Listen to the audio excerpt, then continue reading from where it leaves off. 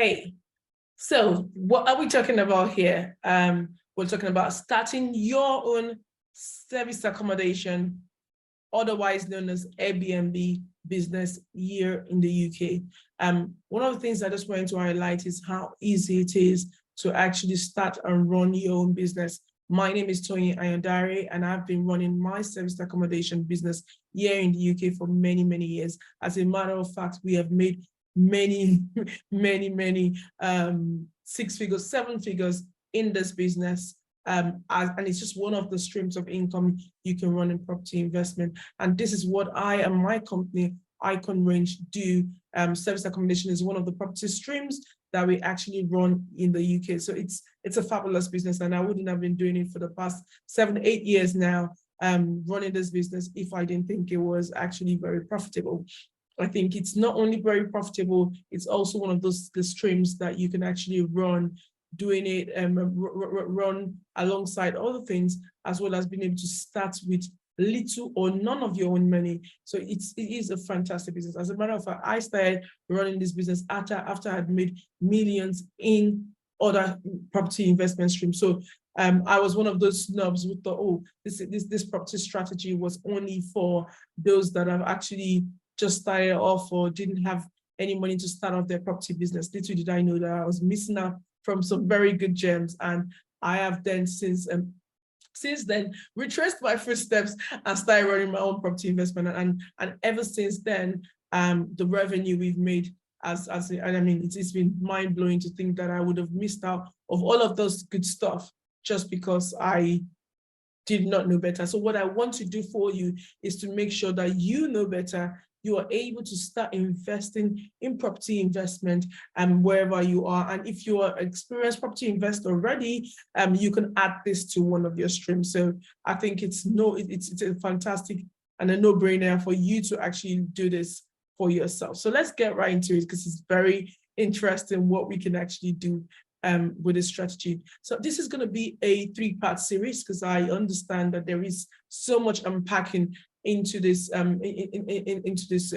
training for you. It's a free video masterclass. I don't know what respect of whatever you've seen it. This is a video masterclass that would help you start your property investment in the UK. You can go off, with the information that I'm going to be giving you, I'm going to give you so much value. You can go off and literally go and start your business. So it's not just a case of, oh, just an intro into something. No, I am going to give you the full end-to-end pass. Yes, I know I do run a service accommodation masterclass. Actually, matter of fact, it's a full day course that I would say is an 8-hour course, which you can actually get access to virtually.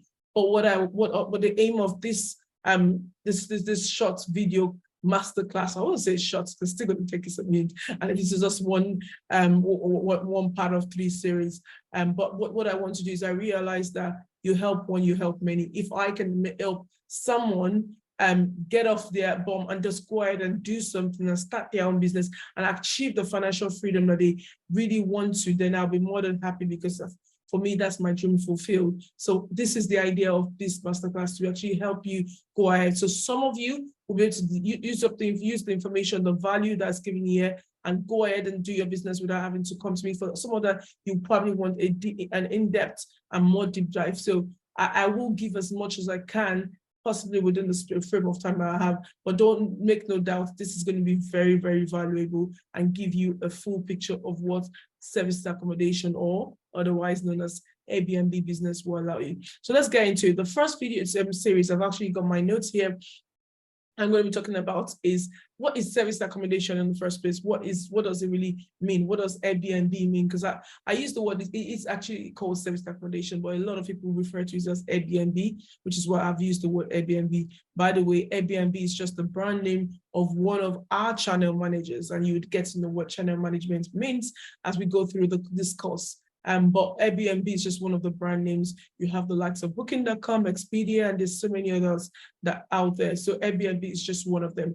But this whole concept of service accommodation became more popular as Airbnb has grown, purely because Airbnb started off from just people letting out their rooms in their house just to make extra income and avail the opportunity of accommodation, short-term accommodation, to to the common man without having to go through the hotel or having to actually stay in like corporate environment. So as Airbnb has grown, a lot of people have attached the name Airbnb to serviced accommodation, but it is just service. It is serviced accommodation, which is short-term accommodation.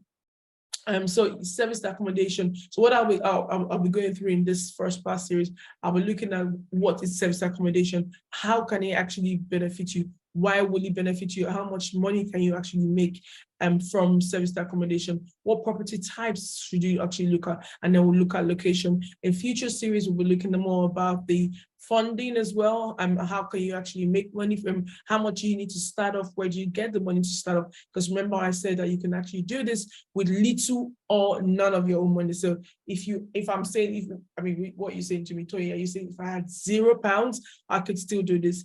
Absolutely, yes, you can. So I'm going to talk about that in video series 2. We'll talk about revenue management, talking about how do you grow the business, how do you actually get the bookings, and just all of that full setup. And then in video series 3, I'll talk about the management, and I'll talk about how you can actually scale it up, build more. And so you can see why I'm saying that I'll actually tell you actually how you can get a long-term bookings. I was actually at my growth center, so I have this church growth center, and one of my students said to me, you know what, Toyin, I actually got a 1-year booking today. Literally, they were telling me that we're just having a chat of something else entirely, and I was told that they got a 1-year booking. So these things are real. This is real right now. It's real as it was 8 years ago when I started. So there is no reason why you shouldn't be doing your service accommodation business. So let's start with what service accommodation is. Service accommodation is you providing a furnished apartment, furnished house, furnished accommodation to family, professionals, visitors, anyone really, and you rent out the property by the night.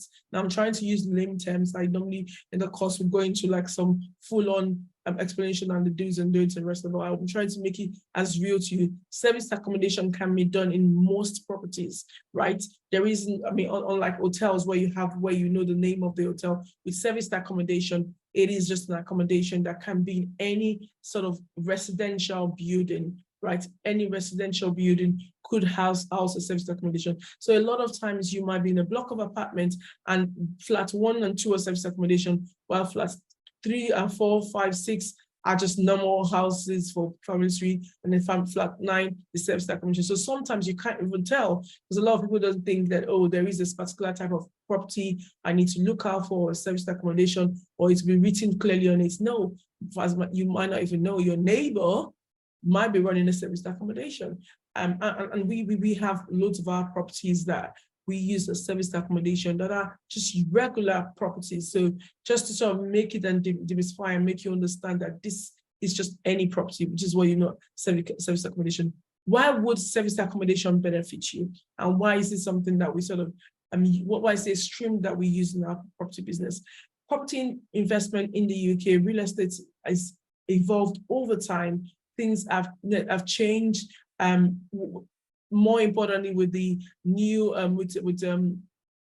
standard of living increasing, interest rates rise, and all of those things, there is the more demand to actually look for more lucrative property investment strategies to actually boost your cash flow. So this service accommodation is one of those cash flows that we've actually implemented, because it's helped you boost your income. You get a far greater income than you would have in like your buy-to-let investment, single family homes. Now there is a place for in the market for all of these strategies, and I absolutely would not say your vanilla buy-to-let properties do not work, because that's like your bread and butter. It will always work. And as a matter of fact, all of our property developments, so obviously I'm a property developer, on all of the development properties that I build, I always make sure that it works as a buy-to-let, as a vanilla buy-to-let, because that's like the bread and butter. Having said that, if I can actually make the property, if I can boost my cash flow and help me continue to do and deliver the beautiful buildings that we do, then why not? And then also there is the place of you being able to have a mix as well. So I'm always believing in having multiple exit options. So not just building for a particular strategy. How can I actually have a balance within my portfolio to make sure that I can actually make income for a lot of places, but specifically for this particular course, service accommodation will boost, would benefit you by actually allowing you make property income despite not having huge capital to actually buy properties or to actually invest in property. So that is one of the major ways that it will benefit you, is the fact that the barrier to entry into service accommodation is quite low, or could be low, once you know what you're doing, of course. People make mistakes like anything else. Yes, you understand that anyone can make mistakes, but if you do the right thing, if you learn, if you implement all that has been taught in this course, then you will be well on your way to actually financial freedom, to actually achieving success in your service accommodation business. So the benefits in doing this is numerous. One, we obviously understand that lots of people are still very are still not very free to travel around the world because of what's happened. So more and more people are choosing to on staycation. So there are more people actually vacating in the country, which means they need holiday homes, they need places to stay. It's not the easiest to have a family stay in an hotel. And trust me, I do know, because whilst we were building our home, we had to stay in, and when I say we, my family and I had to stay in an hotel for 5 months. And that was not pretty. I've always loved holidays and the idea of staying in hotels, but when you have to stay for 5 months and have school children, it wasn't easier. So I understand now why families would choose to stay in service accommodation and have the free space. They can actually have access to wash facilities, wash them doing their laundry, cooking facilities. I've had a child that's got allergies, food allergies, and so I know what that felt like, not being able to access food that you actually would want to cook. So there are loads of reasons why families would choose to stay in an apartment and accommodation as against the hotel. Also in terms of other reasons why this would actually work is, just like I said, a family like mine, which wasn't for holiday or for loads of reasons. Insurances, people have an issue in their property and they need to stay. I mean, I was on we have a local residents group, and one of the residents said, put on a group and said, does anyone know of any property that we can say we're looking for a short-term accommodation just for 3 months, and whilst we're doing works to our house, anyone knows anything? And I literally on the group just sent a message to say, oh, have you checked out this company? By the way, the company was my company, Icon Range. And I said to him, have you checked that out? And again, that obviously goes to show that people are doing works to their house, insurance claims. There's just loads of reasons why people need short-term accommodation. And obviously, once you're able to provide that, you're able to plug a gap in the society. By the way, if you did not know, in the UK, most or all of your residential tenancies are for a minimum of 6 months. Minimum of 6 months now. Even most estate agents would want you to stay a minimum of 12 months or sign you up to 2 years contract. So it means that it's difficult if you need accommodation for a short time to get something. I mean, you might just need it for 1 month, a week, or 2 weeks, doesn't matter. You really cannot access this property. So I personally got into service accommodation when we actually went through that the period where we actually stayed in accommodation for 5 months. It was at that point I realized that there is actually a gap in the market for this. And I, as a business person, as an entrepreneur who wants to actually plug that gap, but also whilst plugging that gap, being able to actually make a financial income for myself. So there is a lot of benefits in running your service accommodation business. Now, what sort of monies can be made from this? I guess you would want to ask. I smile at this because I've always said, I mean, and I've not made no shy of this. I've always said this to all my students that have come on our courses, that you're looking to make a minimum of making a range of £1,000 per month after all costs. So £1,000 extra after all costs is what I think you can make on service accommodation. But the reason why I smiled earlier is most of my students have corrected me and said, no, Toyin, what do you mean? We make £2,000 every month on our properties on average. Of course, you're averaging it across the whole year. And so £2,000 per month per property is what they make. And they're saying, oh, why Toyin, why you say £1,000? The reason why I say £1,000 is just to obviously, I mean, I want to be real. Sometimes, depending on how hard you work a property, yes, you may make £2,000. And as a matter of fact, we have had even more made per property on certain properties as well. But this is for looking at standard 2-bedroom apartments. Obviously, if you went for a bigger property or you went for a big study, there are loads of different kinds of property types that you would look at in terms of service accommodation. So obviously that would make you a lot more money. But in terms of the standard, which I always say, typically looking at a 1 to 2-bedroom apartment to start off with your service accommodation, that would sort of look around £1,000 per month on average per month per property. Now, when I say per on average, it's purely because certain times of the year, your property would make money. Like, yeah, it's on steroids. And the reason, and I always say to you, even if you don't know how to run a business, when you set a property, when you put up a property and you start running a service accommodation during those periods, you would make money. Even anyone can make money during those periods. But the beauty is you being able to make money all through the year. So which is what I've said on average, because certain times just boost your income.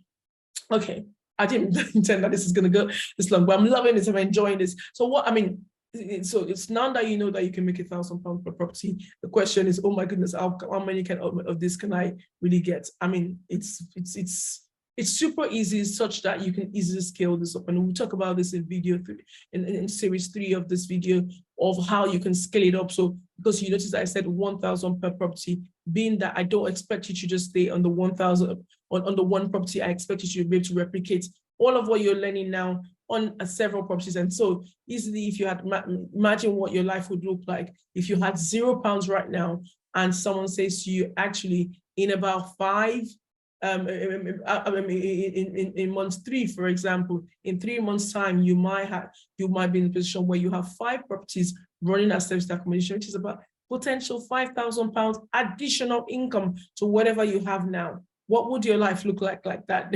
What would your life look like if that happens? And that's why I'm saying this is some serious money. Now, obviously, if you did what my students have said, I said, go make £2,000 per property. That's £10,000 additional income. And remember, you can do this with little or none of your own money. And so this is really mind-blowing what you can actually get. So one of the things I alluded to earlier was just talking about the property types. What sort of property types would work for this? And I'll just badge this in with the location as well. What sort of location would you be doing this in? Now, service accommodation would work in most locations, right? However, certain locations would work better. And one of the key things I always say, and I'll put this alongside the property type, we've tried service accommodation in houses, we've tried them in blocks of apartments, we've tried them in large houses, in like a terraced houses. So we tried in a number of property types. We've also tried service accommodation in rural areas, so more of quieter areas. We've tried service accommodation in seaside location. We've tried service accommodation in the town center.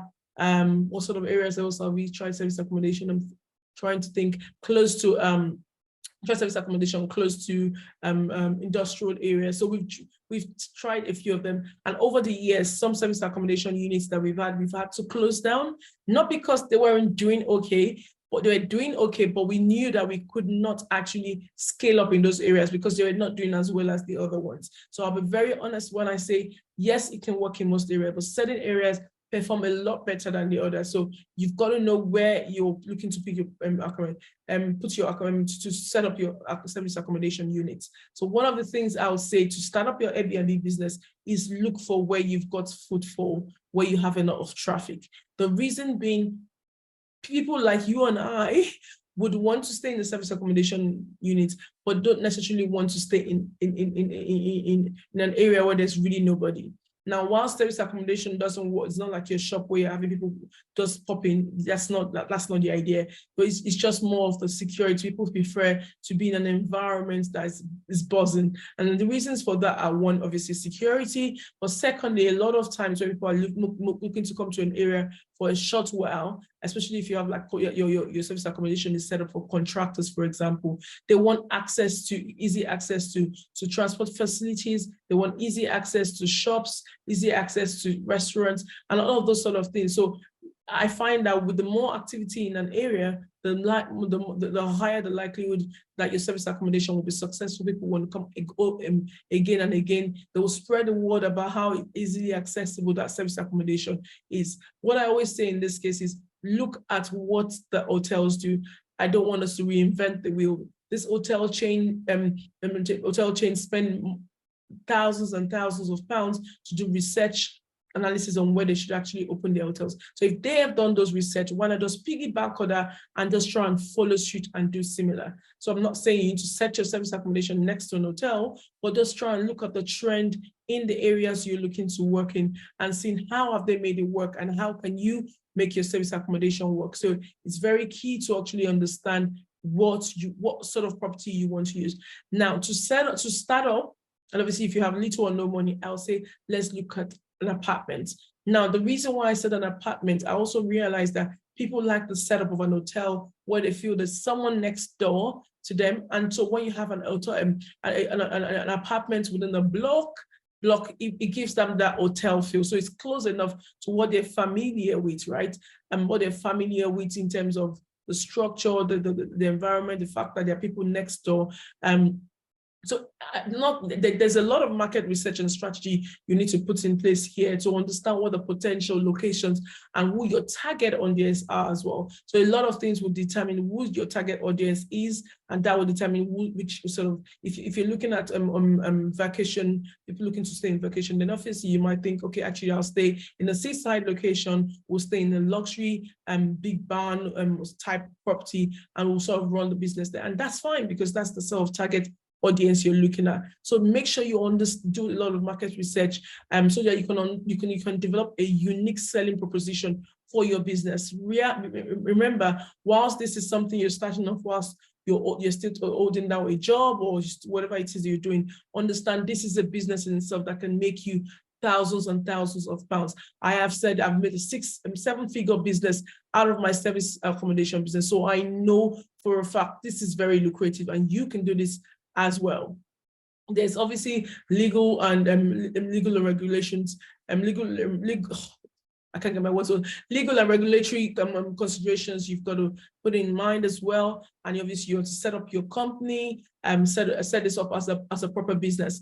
I always say, don't be one of those that gets so overwhelmed about setting up your business, what your business is going to be called, what the brand name is, and all of those things. They are all good as long as you can get that done quickly. The money is in the business, not in the setup. Yes, branding is important, and I absolutely am not against that. But if we're targeting those that have got not little capital to start with or no capital to start with, you want to make sure you're not burning in oil trying to set up that branding and not necessarily go out there. So I think I'll sort of wrap it up here now because I realize this has gone really, really long. So I have a lot more I'm going to put into the next 2 series of the video. If you like this content, you think this is exactly what you want, what I would say is I don't want to spam everyone. If you want the video 2 and the video 3 of the series, what I say is send me the word Airbnb, AIRBNB, send me the word Airbnb to any of the channels that you've got this from, or look for, or you can send an email to academy@iconrange.co.uk. Just send the word Airbnb. I'll send you a direct link where you can download the rest of video 2 and video 3. Does that make sense? So you send me the word Airbnb on Instagram, LinkedIn, Facebook, TikTok, Thread, wherever it is that you can find me on. And once you do that, just send the word Airbnb and I'll send you video 2 and 3. I don't want to spam you at all. But let me know how much you like this. If you like this content, if it gives you a lot of information, please type it below. Let me know how much, send me the love, give me an encouragement to make sure I do video 2 and 3 and get you started to making those thousands of pounds and setting up your own business. All right then, until next time, take care. God bless you. If this mini masterclass has been of great value and you're excited to start your own service accommodation business, then I'll say go over to the link on the screen right now and get instant access to a 9-hour module that will teach you everything you need to know on raising your finance, getting the property, and setting up your own service accommodation. It's the ABC of service accommodation.